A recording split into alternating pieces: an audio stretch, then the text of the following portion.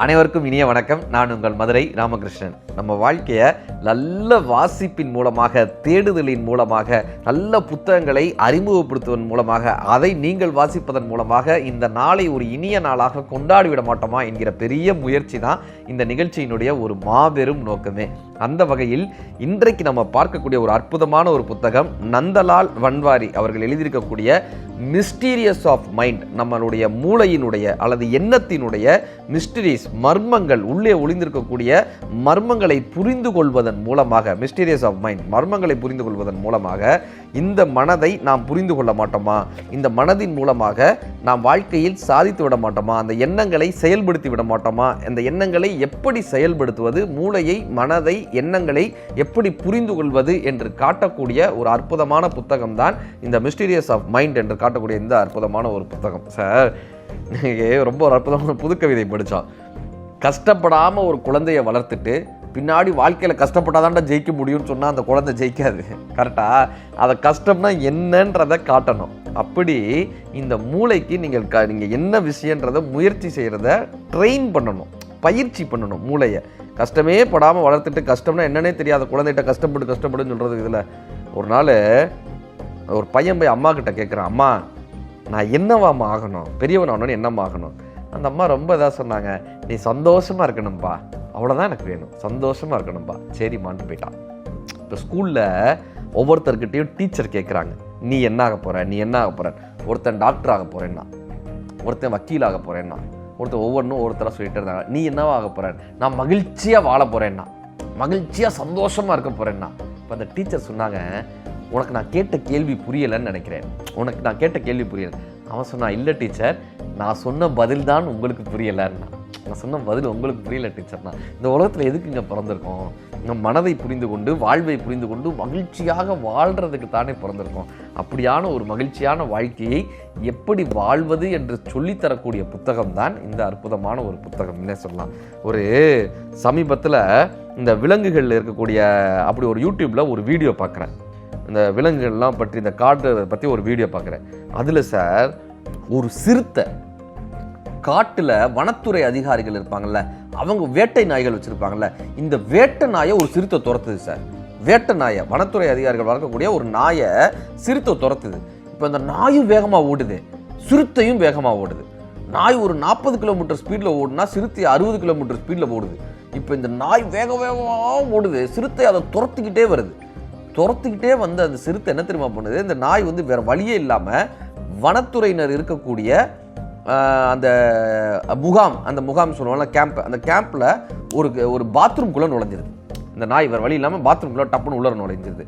சிறுத்தையும் துரத்திக்கிட்டே வந்ததா, வந்த வேகத்தில் வேகமாக திரும்ப அதுவும் பாத்ரூம்குள்ளே நுழைஞ்சிருது. ரெண்டும் உள்ளர போச்சில் பாத்ரூம் கதவு டப்புன்னு அடைச்சி லாக் ஆகிடுச்சு. அது உள்ளர வந்து லாக் ஆகிடுச்சு. இப்போ இந்த வனத்துறை அதிகாரி என்ன பண்ண, இந்த காட்சி எல்லாமே சிசிடிவி கேமராவில் பதிவாயிருக்கு. இந்த சிறுத்தை துரத்துறது, இந்த நாய் ஓடுறது, நேராக போய் அந்த பாத்ரூம்குள்ளே போய் அடையிறது, இது எல்லாமே சிசிடிவி கேமராவில் பதிவாயிருக்கு. இப்போ இந்த வனத்துறை அதிகாரிக்கு என்ன பண்ணுறதுன்னு தெரியல.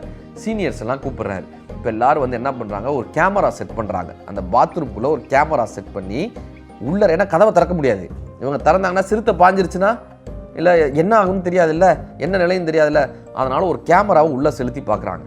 உள்ளே பார்த்தா சார், இங்கேருந்து மானிட்டரில் காட்டுறாங்க, உள்ளே என்ன தெரியுமா, அந்த நாய் இப்படி ஓரமாக நிற்கிது. சிறுத்தை என்ன பண்ணியிருக்கணும், நாயை வேட்டையாடி இருக்கணும்ல.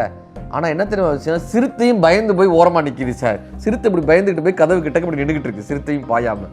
என்ன தெரியுமா அர்த்தம், அந்த 4 சவுத்துக்குள்ளே அடைப்பட்டுட்டா, அந்த சிறுத்தைக்கு 4 சவுத்துக்குள்ளே அடைப்பட்டுட்டா அதுக்கு பயம் வந்துருமா, பயம் வந்துருமா. நீங்கள் ஜூவில் கூட பாருங்களேன், சிறுத்தையை கூண்டில் அடைக்க மாட்டாங்க, இறந்து போயிடுமா கூண்டில் அடைச்சாக்க. இந்த 4 சவுத்துக்குள்ளே இருந்துட்டா சிறுத்தைக்கு ஒரு பயம் வந்துடுது. உள்ளர அடைக்கப்பட்டோன்னா அந்த பயம் வந்துடுது, தான் சிறுத்தைன்றதே மறந்துடுது. சிறுத்தைன்றதை பயந்துட்டு நாய்க்கு பயந்துக்கிட்டு சிறுத்தை நிற்கிது சார். அதுக்கப்புறம் 2ஐயும் ரெஸ்கியூ பண்ணிட்டாங்க, வனத்துறையிலேருந்து அதை 2ஐயும் ரெஸ்கியூ பண்ணுறாங்க. இப்போ என்ன தெரியுமா அர்த்தம், அதனால தான் பாரதிதாசன் ஒரு வார்த்தை எழுதியிருப்பார், பூட்டிய இரும்பு கதவு திறக்கப்படட்டும், சிறுத்தையே வெளியே வாடினார். நம்ம மனம் மிகப்பெரிய சிறுத்தை, நம்ம மூளை மிகப்பெரிய சிறுத்தை, நம்மளுடைய எண்ணம் மிகப்பெரிய பலம் வாய்ந்தது. ஆனால் நமது எண்ணம் எப்படி தெரியுமா, ஏதோ ஒரு 4 சவுற்றுக்குள்ள ஒரு எல்லைக்குள்ள அடைக்கப்பட்டிருக்கு. ஏதோ ஒரு எல்லைக்குள்ள, அது இந்த ஃபேஸ்புக், இன்ஸ்டாகிராம்னு நம்மை திசை திருப்பக்கூடிய எல்லைக்குள்ள இந்த மனம் அடங்கி கிடக்கிறது. அப்படியான சிறுத்தை நமக்கு வெளியே வர வேண்டும் என்றால் இப்படியான புத்தகங்கள் அந்த கதவை திறந்துடணும். இல்லாட்டி என்ன ஆகும் பாருன்னா, வாழ்க்கை முழுக்க எதற்கோ பயந்துக்கிட்டே இருப்போம் சார். வாழ்க்கை முழுக்க பயத்திலே போயிடும். ஒரு டாக்ஸி டிரைவர் வண்டி ஓட்டிட்டு போயிட்டே இருந்தார். பின்னாடி உட்காந்துருந்தார் அவர் கிளைண்ட்டு. அவர் எப்பா இடது பக்கம்னா அவர் கவனிக்காமல் ஓட்டிகிட்டே இருக்கார். இப்போ ஒரு கட்டத்தில் அந்த காரில் வந்தவர் தோலை தொட்டு, எப்பா இந்த பக்கம் இடது பக்கம் போகணும்ப்பா அப்படின்னு தோலை தொட்டார்ல, அவ்வளோதான் பயந்து போய் அந்த டாக்ஸி எடுத்துகிட்டு போய் அந்த பக்கமாக ஒரு ஸ்பீட் பிரேக்கரில் விட்டு அந்த பக்கம் ஒரு செவுத்தில் இடித்து டாக்ஸி ஒரு மாதிரி போய் நிற்கிது. அடித்து நின்றுட்டு திரும்பி, சார் உங்களை யார் சார் தோலை தொட சொன்னது, உங்களை யார் சார் என்னை கூப்பிட சொன்னது அப்படின்னு சொன்னார். என்னப்பா வழி சொன்னேன், உனக்கு காதில் விழுகல, அதனால் உன் தோலை தொட்டேன்ப்பா, இது என்னப்பா தப்பு இருக்குது. இப்போ இந்த டாக்ஸி டிரைவரில் ஒரு 10 நிமிஷம் கழித்து ஆசுவாசம் ஆகிட்டு சொன்னேன், சாரி சார், என் மேலே தான் சார் தப்பு, உங்கள் மேலே தப்பு இல்லை, என் மேலே தான் தப்பு. நான் இப்போ தான் ஃபஸ்ட்டு டைம் முதல்ல டாக்ஸி ஓட்டுறேன், இப்போ தான் டாக்ஸி ஓட்டுறேன். அவர் ஆச்சரியத்தானது, இப்போ தான் வண்டி ஓட்டுறியா அப்படின்னு. இல்லை எனக்கு நல்லா வண்டியெல்லாம் நல்லா ஓட்ட தெரியும், இதுக்கு முன்னாடி நான் ஒரு வேன் ஓட்டிக்கிட்டு இருந்தேன். வேன் ஓட்டுறதுக்கும் டாக்ஸி ஓட்டுறதுக்கும் என்னப்பா வித்தியாசம், அதுக்காப்பா இப்படி ஆக்சிடென்ட் பண்ணுவேன். இல்லை, அது என்ன வேன் தெரியுமா, அமரர் ஊர்தி. இதுக்கு முன்னாடி நான் அமரர் ஊர்தி, இறந்து போனவர்களை அழைச்சிட்டு போவாங்களா ஆம்புலன்ஸ் வேனு, அந்த அமரர் ஊர்தி ஓட்டிகிட்டு இருந்தேன். அது ஓட்டும்போது நான் ஓட்டுவேன், எனக்கு பின்னாடி இறந்து போனவரினுடைய உடல் இருக்கும், நாங்கள் 2 பேரும் தான் எப்பயுமே அந்த வண்டியில் இருப்போம். கிட்டத்தட்ட 25 வருஷமாக நான் அந்த வண்டி தான் ஓட்டிகிட்டு இருந்தேன். நான் பாட்டு வண்டி ஓட்டிகிட்டு இருப்பேன். இன்றைக்கி நீங்கள் இந்த டாக்ஸி ஓட்டிகிட்டு இருக்கும்போது பின்னாடி தொட்டிங்களா, எனக்கு அதனால் பயம் வந்துருச்சு. பின்னாடி உட்காந்துருக்கிறது எப்பயுமே இறந்து போனவர்கள்ன்ற நினைப்பிலே வண்டி ஓட்டுவேன் நான். நீங்கள் திடீர்னு இப்படி தொட்ட உடனே ஒரு பயம் வந்துருச்சு. அந்த பயத்தில் தான் சார் நான் கொண்டு போய் வண்டியை ஆக்சிடென்ட் பண்ணேன்னாராம். உங்களுக்கு புரியுதுங்களா? என்ன தெரியுமா ஆகுது, இந்த மூளையை நம்ம சரியான முறையில் பயிற்சி செய்யாத போது இந்த மூளை நமக்கு தவறான வழிகாட்டுதலை கொடுத்துக்கிட்டே இருக்கும். இப்போ இந்த பயத்திலிருந்து எப்படி விடுபடுவது, இந்த வாழ்க்கையிலிருந்து எப்படி நம்மை தெளிவுபடுத்துவதுன்ற அற்புதமான சிந்தனைகளை கொடுக்கக்கூடிய புத்தகம் தான் இந்த மிஸ்டீரியஸ் ஆஃப் மைண்ட் என்று கொடுக்கக்கூடிய இந்த அற்புதமான புத்தகம். நந்தலால் வன்வாரி அவர்கள் எழுதியிருக்கக்கூடிய அற்புதமான புத்தகம். உங்கள் மனதை புரிந்து கொள்ள வேண்டும், இந்த வாழ்க்கையை உங்கள் மனதால் வெல்ல வேண்டும் என்று நினைக்கக்கூடிய அத்தனை பேருமே இந்த புத்தகங்களை கண்டிப்பான முறையில் வாசிக்கலாம். நன்றி.